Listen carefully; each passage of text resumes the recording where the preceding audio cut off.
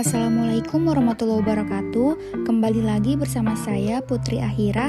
Di sini saya akan memaparkan hasil rangkuman pertemuan 3 dan 4 pada mata kuliah Kreativitas dan Inovasi Bisnis.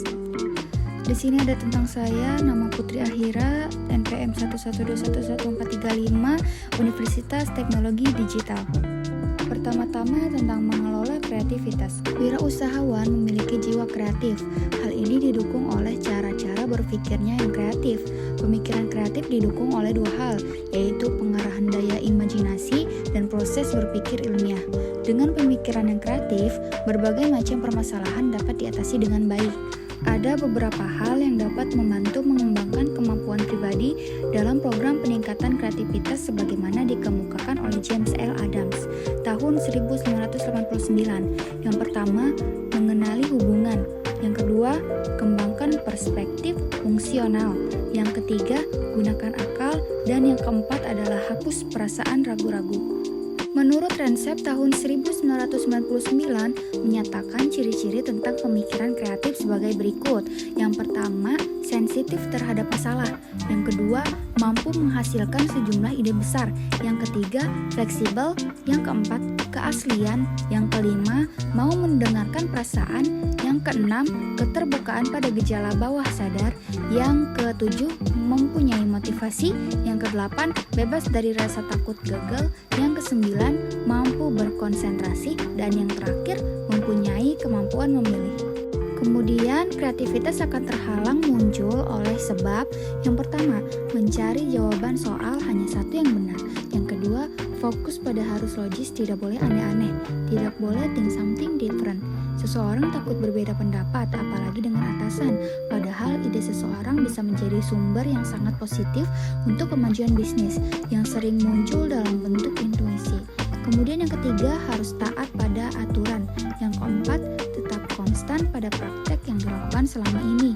Yang kelima, menganggap permainan satu hal membuat waktu dan percuma, padahal permainan merupakan yang mendasar untuk creative thinking. Yang keenam, terlalu menekankan pada spesialisasi.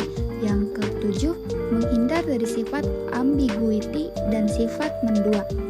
Yang kedelapan, takut terlihat bodoh.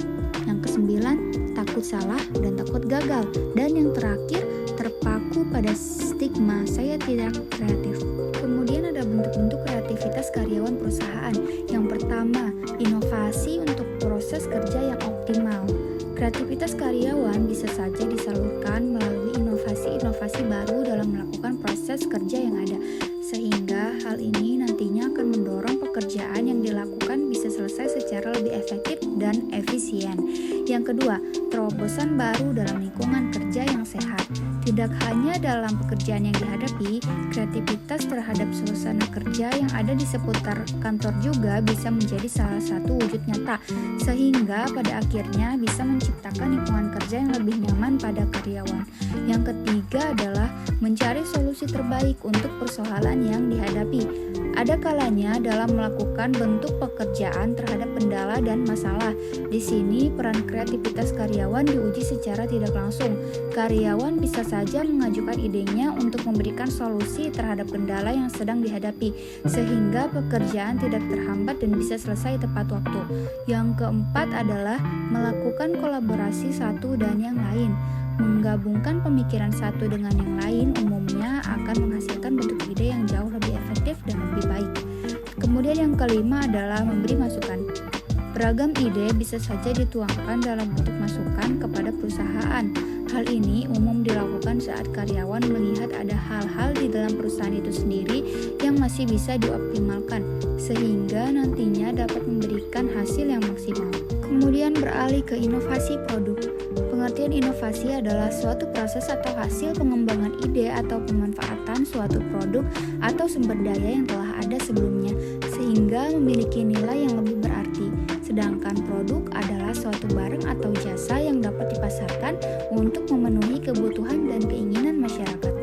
Adapun tujuan inovasi adalah sebagai berikut. Yang pertama, meningkatkan kualitas. Yang kedua, mengurangi biaya. Yang ketiga, menciptakan pasar baru. Yang keempat, memperluas jangkauan produk.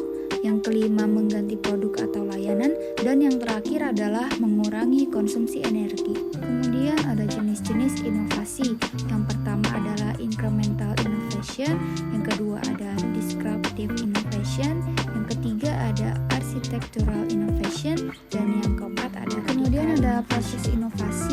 Yang pertama adalah discovery, dimaknai sebagai penemuan unsur-unsur kebudayaan baru yang sebenarnya unsur yang ditemukan itu sudah ada, baik itu berupa ide yang baru atau alat yang baru yang dihasilkan oleh seseorang atau rangkaian beberapa orang dari suatu masyarakat.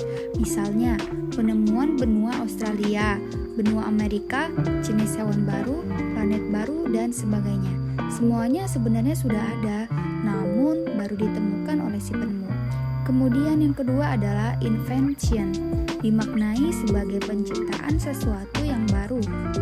Penciptaan ini bisa berasal dari proses perbaikan dan penyempurnaan terhadap sesuatu yang sudah ada. Penemuan baru dalam tahap invention ini betul-betul sudah digunakan oleh masyarakat. Kemudian beralih ke tipe inovasi produk.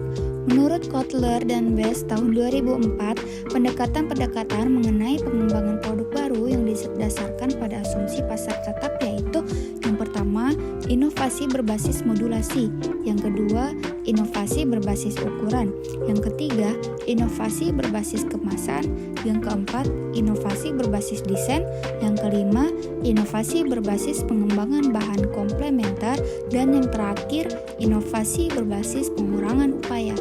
Selanjutnya, tips berinovasi.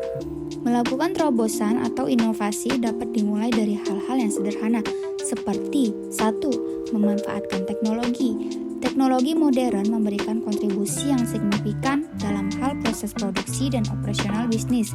Yang kedua, produk yang unik. Salah satu inovasi yang bisa Anda lakukan adalah menciptakan produk yang unik. Dengan demikian, produk yang Anda buat memiliki daya saing yang tinggi dan dapat bertahan di tengah ramainya persaingan. Kemudian yang ketiga, meningkatkan pelayanan. Memberikan pelayanan khusus pada konsumen merupakan inovasi yang dapat Anda lakukan agar konsumen tetap setia dengan produk Anda. Misalnya, kemudahan dalam bertransaksi secara online, gratis ongkos kirim, atau memberikan gift di hari ulang tahunnya akan memberikan kesan tersendiri bagi pelanggan Anda. Nah, sekian yang dapat saya sampaikan, kurang lebihnya mohon maaf. Wassalamualaikum warahmatullahi wabarakatuh.